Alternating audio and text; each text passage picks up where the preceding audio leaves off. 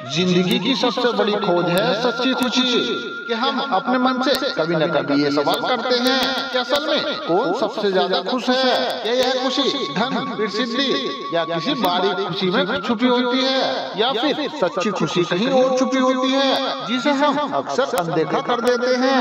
नमस्कार दोस्तों, स्वागत है आप सभी का गौतम मोटिवेशन यूट्यूब चैनल में। अगर कहानी आपको अच्छी लगे तो लाइक जरूर कर देना। चलिए शुरू करते हैं बिना किसी देरी के। बहुत समय पहले की बात है, हिमालय की गोद में बसा बेहद सुंदर और शांत गांव था। उस गांव में एक प्रसिद्ध गुरुजी रहते थे जिनका नाम महात्मा शांतानंद था। गुरुजी के पास दूर दूर से लोग आते थे क्योंकि उनके पास हर प्रश्न का उत्तर और हर दुख का समाधान था।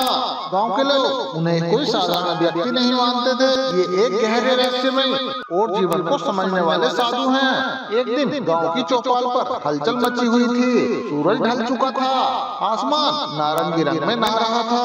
चौपाल पर बैठे लोग अलग अलग विषयों पर चर्चा कर रहे थे। तभी अचानक एक व्यक्ति ने सवाल पूछा, क्या पैसा ही सच्ची खुशी देता है? उसकी बात सुनकर एक बुजुर्ग ने कहा, अरे नहीं बेटा, परिवार का साथ सबसे बड़ी खुशी है। जब तुम्हारे अपने पास होते हैं तो जीवन में किसी भी चीज की जरूरत नहीं होती है। वहीं पास में खड़ा एक और व्यक्ति बोला, अरे तुम दोनों गलत हो। अरे सच्ची खुशी तो जब मिलती है जब इंसान के पास ज्ञान हो। ज्ञान ही इंसान को सही और गलत का भेद सिखाता है और उसे जीवन में शांति देता है। चौपाल पर बैठे सभी लोग अपना अपना विचार रख रहे थे। हर किसी का जवाब अलग था, लेकिन कोई भी इस सवाल का सही उत्तर नहीं दे पा रहा था। इस चर्चा को सुनते हुए सुरेश सबको देख रहा था। सुरेश गाँव का एक साधारण व्यक्ति था। वह एक मध्यम वर्गीय परिवार से था और उसके पास जीवन की सारी बुनियादी सुविधाएं थी। उसके माता पिता ने उसे अच्छी शिक्षा दी थी, उसका अपना घर था और जीवन के लिए जरूरी हर चीज थी। फिर भी सुरेश के मन में हर समय एक सवाल गूंजता रहता था, आखिर सच्ची खुशी क्या है? आखिर कौन है जो इस दुनिया में सबसे ज्यादा खुश है? सुरेश को लगता था कि उसके जीवन में कुछ अधूरापन है। उसकी आंखों में एक बेचैनी थी। वह ये देखता था कि सब अमीर लोग भी दुखी हैं और गरीब लोग भी संघर्ष कर रहे हैं और ज्ञानी लोग भी कभी कभी असंतोष में डूब जाते हैं। उसके मन में एक और सवाल उठा, अगर पैसा, परिवार और ज्ञान भी इस दुनिया में सच्ची खुशी नहीं दे सकता तो फिर इस दुनिया में ऐसा क्या है जो सच्ची खुशी दे सके? उस दिन की चर्चा ने सुरेश के मन में हलचल सी मचा दी। उसने ये तय किया, वह इस सवाल का जवाब ढूंढ कर ही रहेगा। एक दिन सूर्यास्त के समय जब पूरा गाँव थककर विश्राम कर रहा था, सुरेश महात्मा शांतानंद के आश्रम पहुँचा। आश्रम के चारों ओर घने पेड़ थे। पेड़ों के पत्तों पर सूरज की आखिरी किरणें झिलमिला रही थी। आश्रम के आंगन में महाराज शांतानंद ध्यान मग्न बैठे थे। सुरेश ने उनके चरणों में प्रणाम किया और कहा, हे गुरुजी, मैं आपके पास एक सवाल लेकर आया हूँ जो मुझे बहुत परेशान कर रहा है। महात्मा शांतानंद ने अपनी आंखें खोली और बहुत ही शांत आवाज में बोले, बोलो बेटा, क्या सवाल है तुम्हारा? सुरेश ने कहा, हे गुरुजी, मैं ये जानना चाहता हूँ कि इस दुनिया में सबसे ज्यादा खुश कौन सा व्यक्ति है? यह कौन है जो सच्चे सुख को जानता है? महात्मा शांतानंद ने गहरी मुस्कान के साथ कहा, अरे बेटा, ये सवाल जितना आसान लगता है इसका उत्तर उतना ही गहरा है। सच्ची खुशी का मतलब हर व्यक्ति के लिए अलग अलग हो सकता है, लेकिन उसके मूल में एक ही सत्य छुपा है। सुरेश ने बहुत ही उत्सुकता से पूछा, वो सत्य कौन सा है गुरुजी? महात्मा शांतानंद ने कहा, इस सत्य को तुम तभी समझ पाओगे जब तुम 3 अलग अलग लोगों से मिलोगे। मैं तुम्हें 3 स्थानों पर भेजता हूँ, वहाँ जाकर तुम देखो और समझो सच्ची खुशी कहाँ छुपी है।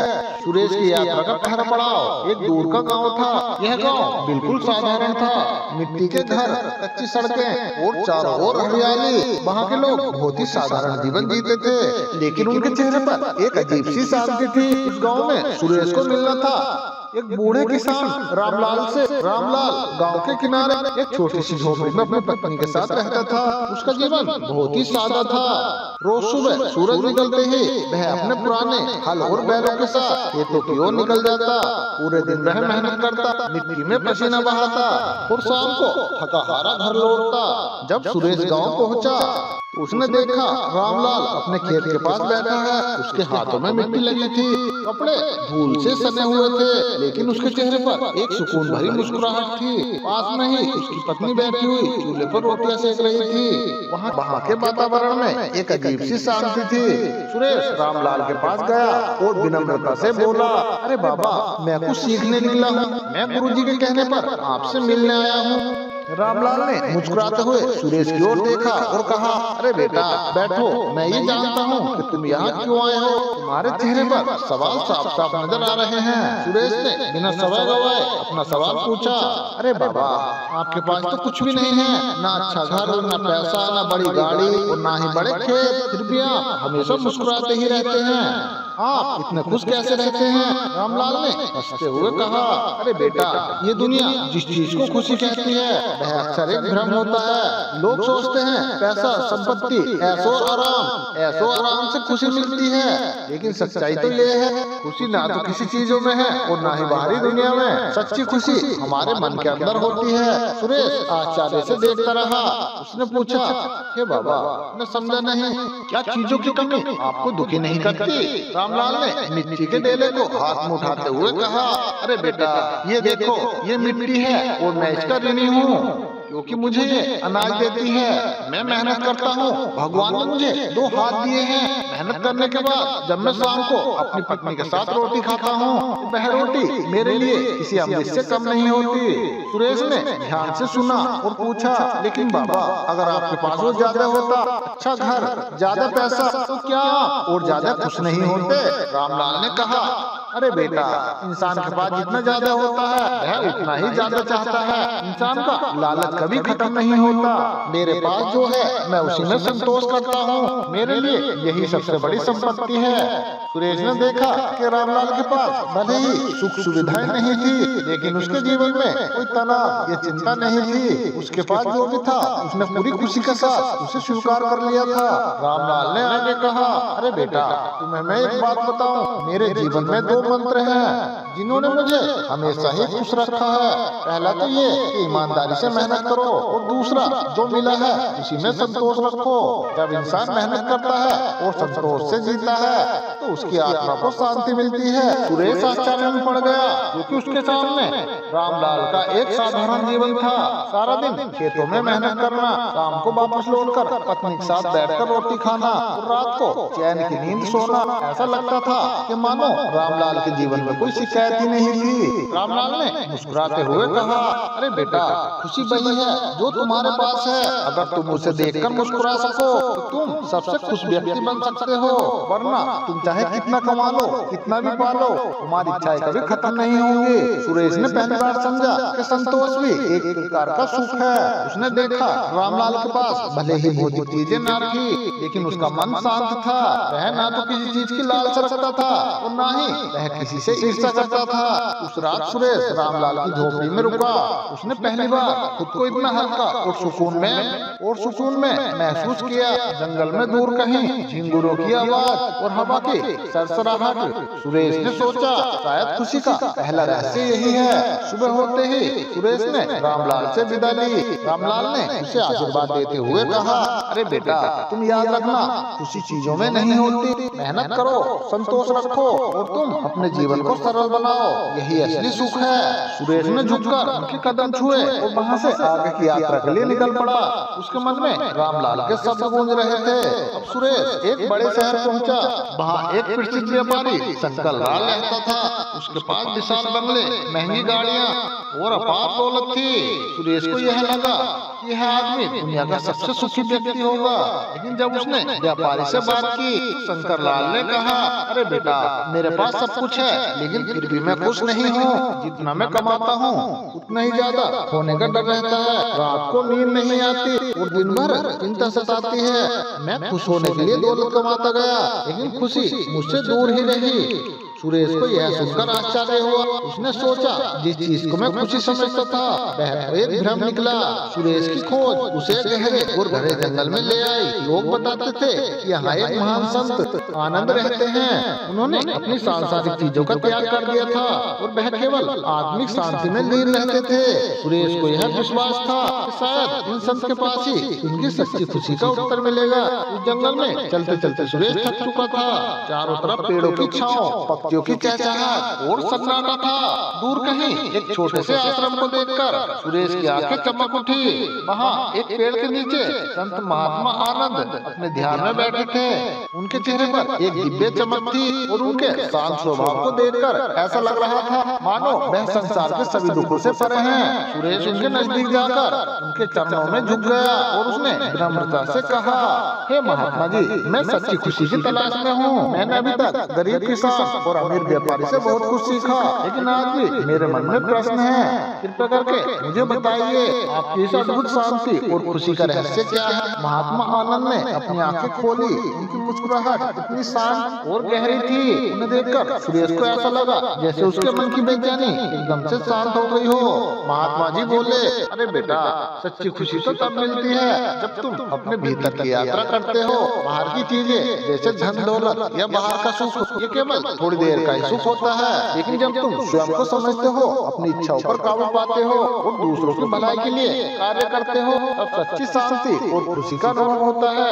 सुरेश ने आश्चर्य से पूछा, लेकिन महात्मा जी, ये कैसे संभव है? मन तो हमेशा ही भटकता है और इच्छाएं कभी खत्म नहीं होती। महात्मा आनंद ने मुस्कुराते हुए कहा, अरे बेटा, मैं तुम्हें एक कहानी सुनाता हूँ। इस कहानी से तुम्हें सच्ची खुशी का रहस्य समझ में आएगा। महात्मा आनंद ने कहानी शुरू की। बहुत समय पहले की बात है। 3 यात्री यात्रा पर निकले और वह जंगल में रास्ता भटक गए। जंगल घना था और वहाँ से बाहर निकालने का कोई रास्ता नहीं नजर आ रहा था। पहले यात्री ने चारों तरफ देखा और वह निराशा में डूब गया। उसने कहा, यह जंगल मेरी किस्मत का खेल है, मैं कभी भी अब यहाँ से बाहर नहीं निकल पाऊंगा। वह बैठकर रोने लगा और वह अपनी किस्मत को कोसता रहा। उसके मन में केवल शिकायतें ही भरी थी। वह भूखा प्यासा वहीं बैठा रहा और वह आखिर में दुखी होकर हार मान बैठा। दूसरा यात्री बेचैन हो गया। उसने सोचा, अरे मुझे कुछ न कुछ करना होगा। वह फल और पानी ढूंढने में लग गया। वह पूरे दिन इधर उधर भटकता रहा, लेकिन डर और चिंता उसके पीछे लगी रही। उसने सोचा, अगर मैं रास्ता नहीं ढूंढ पाया तो क्या होगा? उसका मन बहुत ही अशांत था और वह थककर चूर हो गया। तीसरा यात्री सबसे अलग था। उसने पेड़ की छांव में बैठकर गहरी सांस ली और भगवान को धन्यवाद दिया। उसके मन में केवल शिकायतें ही भरी थी। वह भूखा प्यासा वही बैठा रहा और वह अंत में दुखी होकर हार मान बैठा। दूसरा यात्री बेचैन हो गया। उसने सोचा, मुझे कुछ न कुछ करना होगा। उसने सोचा, अगर मैं रास्ता न ढूंढ पाया तो क्या होगा? उसका मन बहुत ही अशांत था और वह थककर चूर हो गया। तीसरा यात्री सबसे अलग था। उसने पेड़ के नीचे बैठकर गहरी सांस ली और भगवान को धन्यवाद दिया और उसने कहा, जो भी है जैसा भी है, मैं इस पल का आनंद लूंगा। उसने शांति से देखा, जंगल की एक तरफ थोड़ी थोड़ी रोशनी दिखाई दे रही है। उसने रोशनी की तरफ जाने का प्रयास किया और वह धीरे धीरे जंगल से बाहर निकल आया। महात्मा आनंद ने कहानी समाप्त और सुरेश से पूछा, अरे बेटा, इस कहानी से तुम्हें क्या समझ में आया? सुरेश ने सोचते हुए कहा, ये गुरुजी, यह कहानी हमें ये सिखाती है कि जीवन में परिस्थितियां सबके लिए एक जैसी होती है, लेकिन उन्हें देखने का नजरिया कुछ अलग होता है। पहला यात्री हमेशा शिकायत करता रहा और दुखी रहा। दूसरा यात्री बेचैन होकर चिंता में रहा, लेकिन तीसरा यात्री शांत और संतोषी रहा। उसने वर्तमान को स्वीकार किया, खुद पर भरोसा रखा और अंत में उसे समाधान मिल गया। महात्मा आनंद मुस्कुराए और बोले, बिल्कुल सही बेटा, सच्ची खुशी तो तब मिलती है जब तुम वर्तमान में जीते हो, अपनी इच्छाओं को नियंत्रित करते हो और संतोष में रहते हो। आनंद ने लड़के से कहा, अरे बेटा, सच्ची खुशी 3 स्तंभों पर टिकी होती है। पहला तो है संतोष। अगर जो तुम्हारे पास है, अगर तुम उसका आनंद लेना सीख जाओ तो तुम्हें कभी दुख नहीं होगा। महात्मा आनंद ने आगे कहा, सच्ची खुशी 3 स्तंभों पर टिकी होती है। एक संतोष, जब तुम दूसरों से अपनी तुलना करना बंद कर दोगे और जो तुम्हारे पास है उसमें खुश रहते हो, तब तुम सच्ची खुशी का अनुभव करते हो। दूसरा है प्रेम। जब तुम निस्वार्थ भाव से दूसरों की सेवा और प्रेम करते हो तब तुम्हारा मन शांत हो जाता है। वर्तमान में जीना, अतीत की चिंता से मुक्त होकर जब तुम केवल वर्तमान का आनंद लेते हो तब सच्ची खुशी तुम्हारे पास होती है। पूरे से मन का सारा भ्रम समाप्त हो गया। तो दोस्तों, अगर वीडियो अच्छी लगी हो तो वीडियो को लाइक और चैनल को सब्सक्राइब जरूर कर लेना। तो मिलते हैं दोस्तों इसी तरह की एक और नई कहानी लेकर। तब तक आप अपना ध्यान रखिए, हमेशा खुश रहिए।